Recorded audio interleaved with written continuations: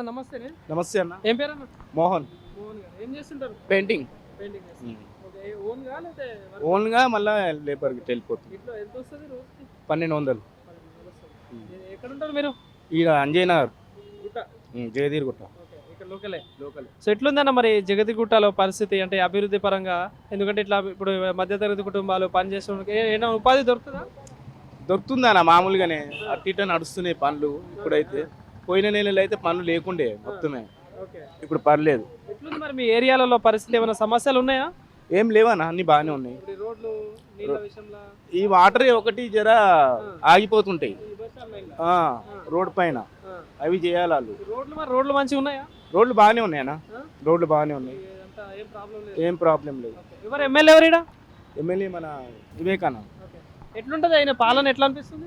పర్లేదన్నా, బాగానే మంచి మనిషి. మంచి మనిషి. 3 సార్లు గెలిచిండుగా. గెలిచి ప్రజల్లో ఉంటాడా అందుబాటులో? ఉంటాడు. ఏదో సమస్యలు వస్తారు ఓకే. అన్నిటి. ఎట్లుంటదన్న ఇప్పుడు జిహెచ్ఎంసీ ఎలక్షన్స్ వస్తే ఎవరికి ఒక అవకాశం ఉంటుంది? ఏమో అన్న, అదైతే చెప్పలేము. ఎందుకంటే ఇప్పుడు కాంగ్రెస్ ఉంది అధికారంలో, బీఆర్ఎస్ ఏమో ఎమ్మెల్యే ఉన్నాడు, బీజేపీ వాళ్ళు కూడా ఉన్నారు. ఈ ముగ్గురులో చూస్తున్న దాని ప్రకారం జిహెచ్ఎంసీ ఎలక్షన్స్ వస్తే చెప్పలేము, దాని గురించి చెప్పలేము. 3 పార్టీలు 3 ఉన్నాయి కదా, చెప్పలేము. అంటే పాలన పరంగా మరి కాంగ్రెస్ ప్రభుత్వం ఎట్లా అనిపిస్తా ఉంది?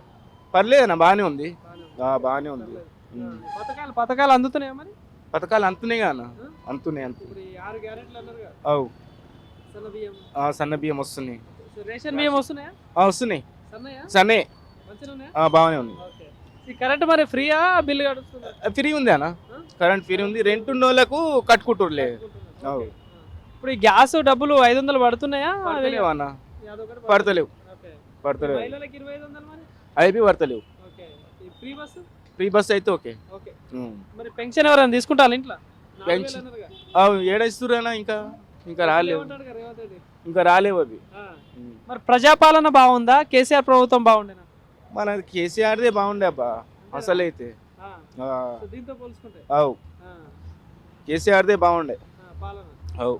మరి మళ్ళీ వస్తాడా మరి ఈసారి? ఏమో వస్తాడో రాడో తెలియదు. అదేంటంటే డ్రా అది, అంతే కదా. సో ఇప్పుడు రాష్ట్రంలో ఈ 3 పార్టీలు ప్రధానంగా ఉన్నాయి. ఏది ఇప్పుడు బీజేపీ కూడా ఉంది. ఎట్లుంటది, బీజేపీకి ఏమైనా అవకాశం ఇస్తారా ఈసారి? ఇస్తారన్నా, అది కంపల్సరీ ఉంటుంది, సెంట్రల్ ఉంటుంది. ఎవరున్నారా లీడర్లు మంచిగా, అంటే మా సైడా? ఇక్కడ కావచ్చు, రాష్ట్రంలో కావచ్చు. రాష్ట్రంలో ఇప్పుడు ఎవరు ఉంటారు? ఇప్పుడు బీజేపీలో చాలా మంది లీడర్లు ఉంటారు కదా, సో ఎవరు ఉంటే బాగుంటది సీఎం గా? కిషన్ రెడ్డి ఉన్నాడు, సంజయ్ ఉన్నాడు, ఈటెల రాజేందర్ ఉన్నారు, కిషన్ రెడ్డి ఉంటే బాగానే ఉంటదేమో. ఇప్పుడు కేంద్రంలో మోడీ ప్రభుత్వం ఎట్లా అనిపిస్తుంది?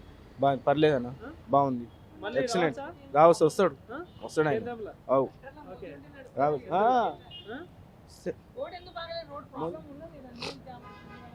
చెప్పినా జామ్ అవుతుందని చెప్పేసి.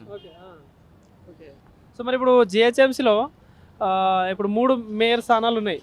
సో డివిజన్లు కూడా పెరిగే అవకాశాలు ఉంటాయి కాబట్టి ఎట్లుంటది మరి? ఇందాక చెప్తలేవు వాళ్ళు వాళ్ళు వస్తారేమో అన్న, తెలియదు. అదే కదా. సో మరి ఇక్కడ ఎవరు గెలుస్తారు మరి? ఏమో ఎవరు గెలుస్తారేమో ఈసారి, తెలియదు. సో ఇంకోటి, ఇప్పుడు కవిత కొత్త పార్టీ పెట్టుకొని వచ్చింది. పేదోళ్ళకి ఎకరం భూమి ఇస్తా అంటుంది, నన్ను గెలిపి నేను సీఎం అవుతా అంటుంది. అవుతుందా? కాదు, ఆమె కాదన్న. ఆమె ఏడైతుంది? కాదు, పెద్ద పెద్దోళ్ళే ఉండరు. అంత పెద్ద ఏమైనా అవకాశం ఉంటుందా? అక్కడ ఉంటదేమో, ఇక్కడ ఉండదు. చేస్తే ఏమో చెప్పలేము. Okay, thank you.